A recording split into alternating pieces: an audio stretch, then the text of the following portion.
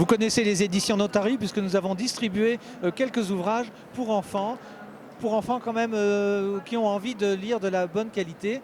Vous ne connaissez peut-être pas le visage de Luca Notari et Paola qui sont le couple, ça arrive, on va en parler, qui s'occupe de cette maison d'édition qui a quel âge? Bienvenue sur ce plateau. Notari est marqué en haut, la caméra peut aller regarder d'ailleurs parce que c'est très joliment fait.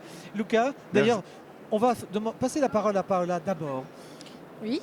Vous avez tous les deux un vrai métier. Oui, pourquoi l'édition? L'audition, difficile à dire. C'était un projet qui était là depuis longtemps, qu'on a concrétisé il y a 10 ans et qui met ensemble l'amour pour les livres, la littérature, pour l'image et toute forme d'art.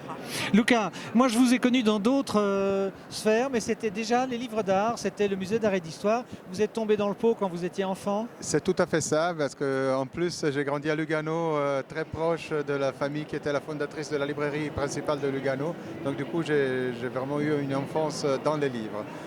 C'est ce qui a stimulé tout ça au fond. Oui, donc ça aide, mais c'est donc pas facile de tenir sa maison. Quand je dis sur le ton de l'humour, mais c'est la réalité, vous avez un vrai métier, c'est qu'il faut pouvoir vivre, pour pouvoir faire vivre les autres et les auteurs. Donnez-nous quelques noms d'auteurs.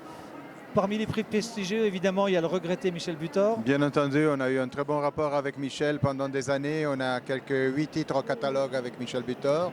Et on a aussi, du côté de livres pour enfants, des bons noms d'illustrateurs et d'auteurs de livres pour enfants. Par exemple, l'année passée, on a publié un livre d'Olivier K, qui est un grand auteur jeunesse.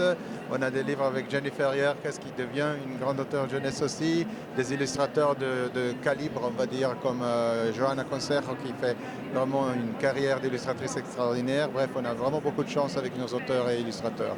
Voilà, quand on regarde vos livres, on a l'impression qu'on est à mi-chemin du livre d'art.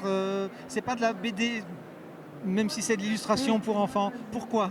Non, en fait, BD, il n'y en a presque pas. C'est vrai, c'est à mi-chemin, c'est en choix. C'est comme ça qu'on nous définit, c'est-à-dire c'est entre, même nos livres de jeunesse ne sont pas toujours considérés jeunesse, c'est entre jeunesse et le livre adulte. Donc pour nous, ce qui est important, c'est de mettre l'image au centre et la dimension littéraire, après que ça soit pour enfants, pour adultes, c'est pas ça l'important. Quand on nous demande l'âge du livre, à quel s'adresse, c'est toujours là ma réponse, et je veux dire, je ne sais pas, ça dépend. Je pense aussi un beau livre illustré pour enfants qui intéresse un adulte, c'est toujours un livre de qualité. Luca, comment va le livre en général pour vous dans votre secteur? Disons que c'est toujours difficile. Le livre d'art va plutôt mal, c'est connu, donc on est plutôt en baisse. C'est de plus en plus difficile de vendre du livre d'art. Par contre, pour la jeunesse, heureusement, ça tient. Je dirais même que ça se développe plutôt bien, donc on est plutôt content à ce niveau-là. Bon, merci de nous avoir reçus. Et puis on va en profiter quand même pour dire bonjour à Olivier Deloum, que nous avons bien connu, qu'on a reçu sur notre plateau et qui a partagé avec Michel Butor de très jolies pages, entre autres sur le Japon, si je me trompe. C'est tout à fait juste. Salut Olivier. Merci beaucoup. Bonjour, Olivier. Merci et bon salon.